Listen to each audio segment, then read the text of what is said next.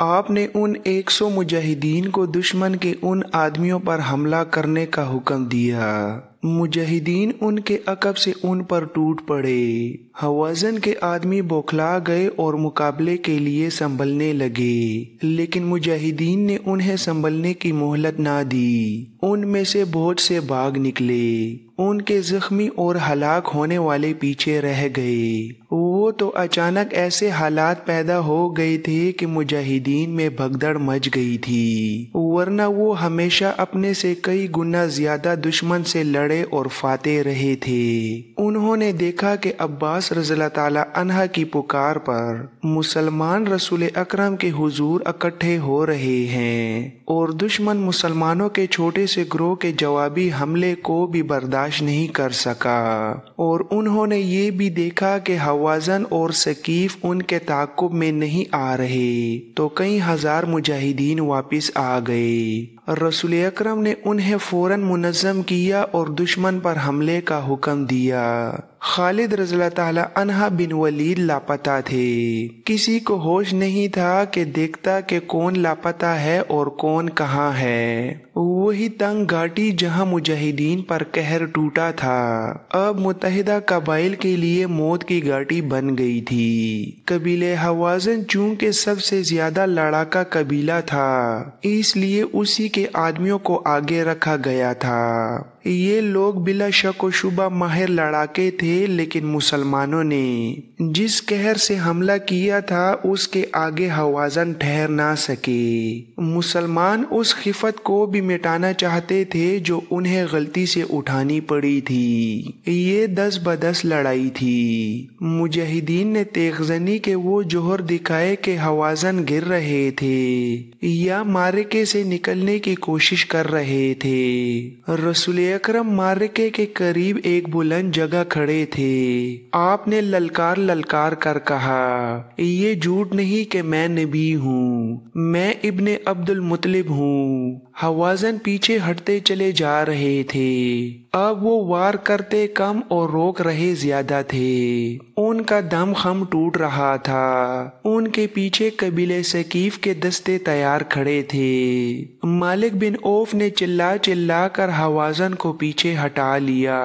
قبیلہ ثقیف کے تازہ دم لڑاکوں نے حوازن کی جگہ لے لی۔ مسلمان تھک چکے تھے اور ثقیف تازہ دم تھے، لیکن مسلمانوں کو اپنے قریب اپنے رسول صلی اللہ علیہ وآلہ وسلم کی موجودگی اور للکار نیا حوصلہ دے رہی تھی۔ مسلمانوں کی تلواروں اور برچھیوں کے ضربوں میں جو قہر اور غضب تھا، اور ان کے نعروں اور للکار میں جو گرج اور کڑک تھی، اس نے ثقیف پر دہشت طاری کر دی۔ ثقیف کے لڑاکا جو عرب میں خاصے مشہور تھے، تیزی سے پیچھے ہٹنے لگے اور پھر ان کے اونٹوں اور گھوڑوں نے بھگدڑ برپا کر دی۔ اس سے دشمن میں وہی کیفیت پیدا ہو گئی جو گھاٹی میں صبح کے وقت مسلمانوں میں پیدا ہو گئی تھی۔ حوازن بڑی بری حالت میں پیچھے کو بھاگے تھے۔ اب ثقیف بھی پسپا ہوئے تو ان کے اتحادی قبائل کے حوصلے لڑے بغیر ہی ٹوٹ پھوٹ گئے اور افراتفری میں بھاگ اٹھے۔ مالک بن عوف تنگ راستے سے دور پیچھے حوازن کے بھاگے ہوئے دستوں کو یکجا کر رہا تھا۔ اس کا انداز بتا رہا تھا کہ وہ جارحانہ کارروائی سے منہ موڑ چکا ہے اور اپنے دستوں کو دفاعی دیوار کے طور پر ترتیب دے رہا ہے۔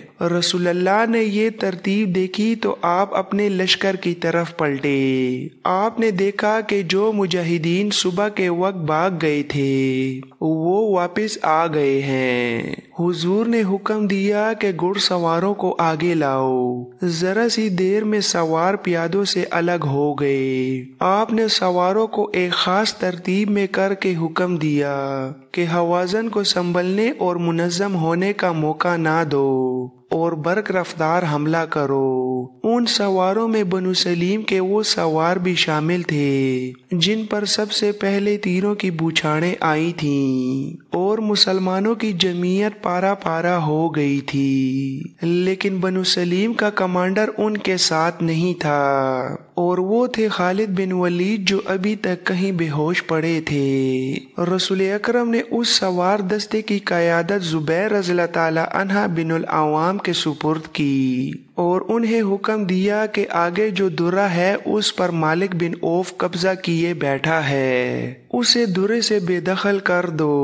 رسول کریم نے جنگ کی کمان اپنے دست مبارک میں لے لی تھی۔ آپ کے اشارے پر زبیر بن العوام نے ایسا برگ رفتار اور جچھا تلا ہلا بولا کہ حوازن جو ابھی تک بکھلائے ہوئے تھے مقابلے میں جم نہ سکے اور درے سے نکل گئے۔ درہ خاصا لمبا تھا۔ رسول اکرم نے زبیر کے دستے کو درے میں ہی رہنے دیا اور حکم دیا کہ اب درہ جنگی اڈا ہوگا۔ آپ نے دوسرا سوار دستہ آگے کیا جس کے کمانڈر ابو عامر رضی اللہ تعالی عنہ تھے۔ حضور صلی اللہ علیہ وآلہ وسلم نے ابو عامر کے سپرد کام کیا کہ اوتاس کے قریب متحدہ قبائل کا جو کیمپ ہے اس پر حملہ کرو۔ کسی نے بڑی دور سے للکار کر کہا، خالد یہاں ہے، یہ پڑا ہے۔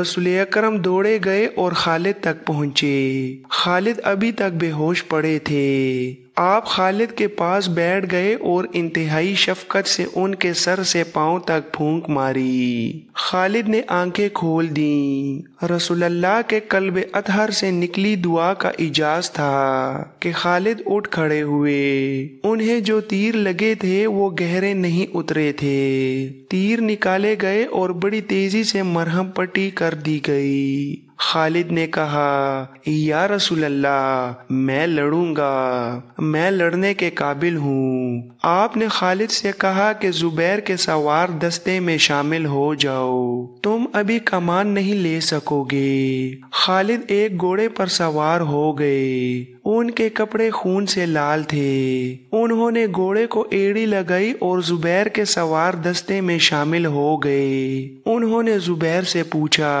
کیا حکم ہے؟ زبیر نے انہیں بتایا کہ حوازن کی خیمہ گاہ پر حملہ کرنا ہے جو اوتاس کے قریب ہے، لیکن یہ حملہ ابو عامر کریں گے۔ اوتاس وہاں سے کچھ دور تھا۔ مالک بن عوف نے حوازن دستے کو وہاں تک ہٹا لیا اور اپنی خیمہ گاہ کے ارد گرد پھیلا دیا تھا۔ یہ دفاعی حصار تھا جس کی حوازن کے کیمپ کے گرد ضرورت اس لیے تھی کہ وہاں وہ ہزاروں عورتیں، بچے اور مویشی تھے جنہیں قبیلے حوازن کے سپاہی اپنے ساتھ لائے تھے۔ مالک بن عوف نے تو یہ سوچا تھا کہ حوازن اپنی عورتوں اور بچوں کو اپنے ساتھ دیکھ کر زیادہ غیرت مندی اور بے جگری سے لڑیں گے، مگر اب یہ صورت پیدا ہو گئی کہ درید بن سما مالک بن عوف کو برا بلا کہہ رہا تھا کہ اس کے منع کرنے کے باوجود مالک عورتوں کو ساتھ لے آیا تھا۔ ان کے لیے اب اپنے اہل و عیال اور مویشیوں کو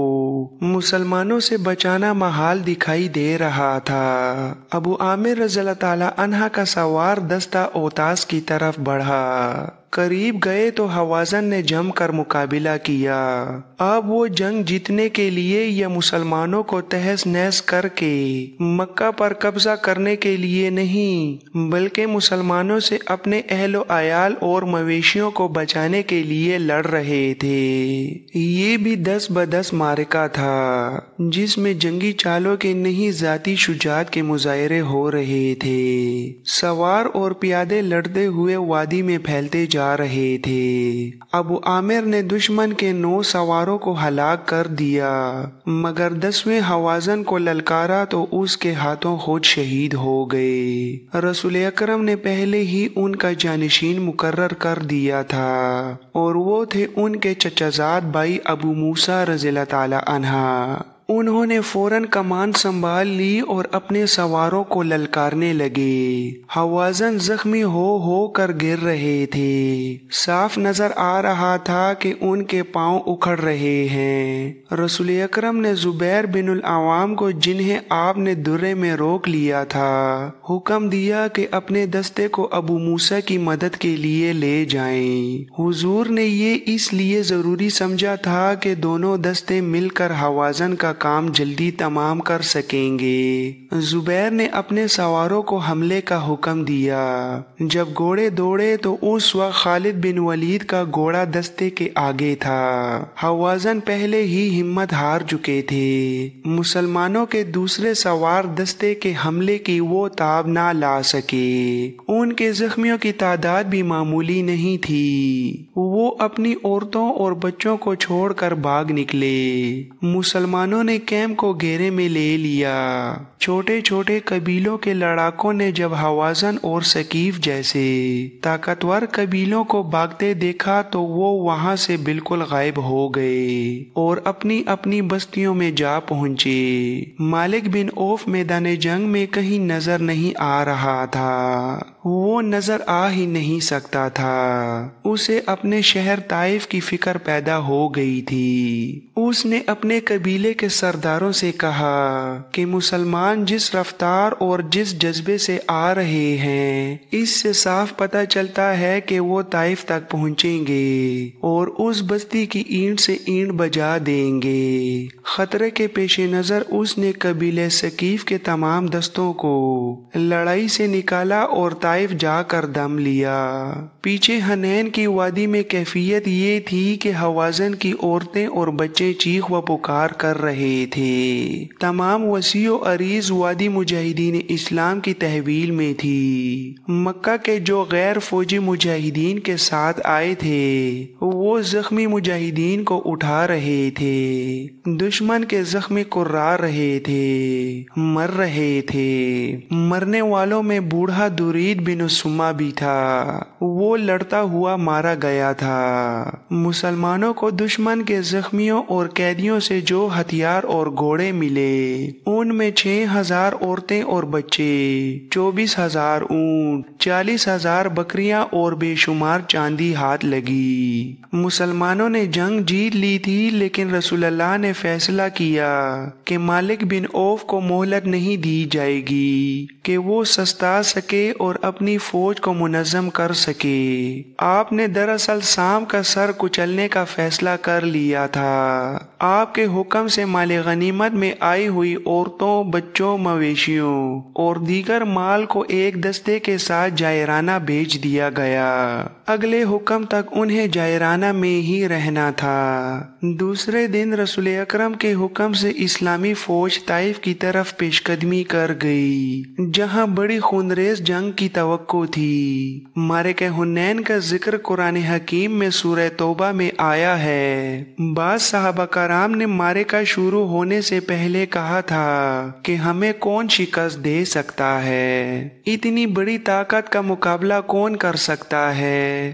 سورہ توبہ میں آیا ہے، اللہ نے بہت سے موقعوں پر تمہاری مدد کی اور حنین کے دن بھی جب تم کو اپنی کثرت پر ناز تھا، حالانکہ وہ تمہارے کچھ کام نہ آئی اور زمین باوجود اپنی وسعت کے تم پر تنگ ہو گئی اور تم پیٹ پھیر کر بھاگے۔ پھر اللہ نے اپنے رسول اور مسلمانوں پر تسلی نازل کی اور وہ فوجیں اتاری جن کو تم نے نہیں دیکھا، اور کافروں کو سزا دی اور کافروں کا بدلہ یہی ہے۔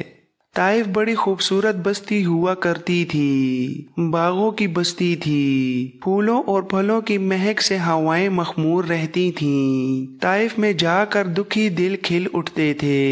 یہ جنگجو سرداروں کی بستی تھی۔ یہ ثقیف جیسے طاقتور قبیلے کا مرکز تھا۔ اس بستی کے قریب اس قبیلے کی عبادت گاہ تھی جس میں ثقیف، حوازن اور چند اور قبائل کے دیوتا لات کا بت رکھا تھا، جو بت نہیں ایک چبوترا تھا۔ یہ قبائل اس چبوترے کو دیوتا کہتے اور اس کی پوجا کرتے تھے۔ اس عبادت گاہ میں ان کا کاہن بھی رہتا تھا جسے خدا کا اور دیوتا لات کا ایلیچی سمجھا جاتا تھا۔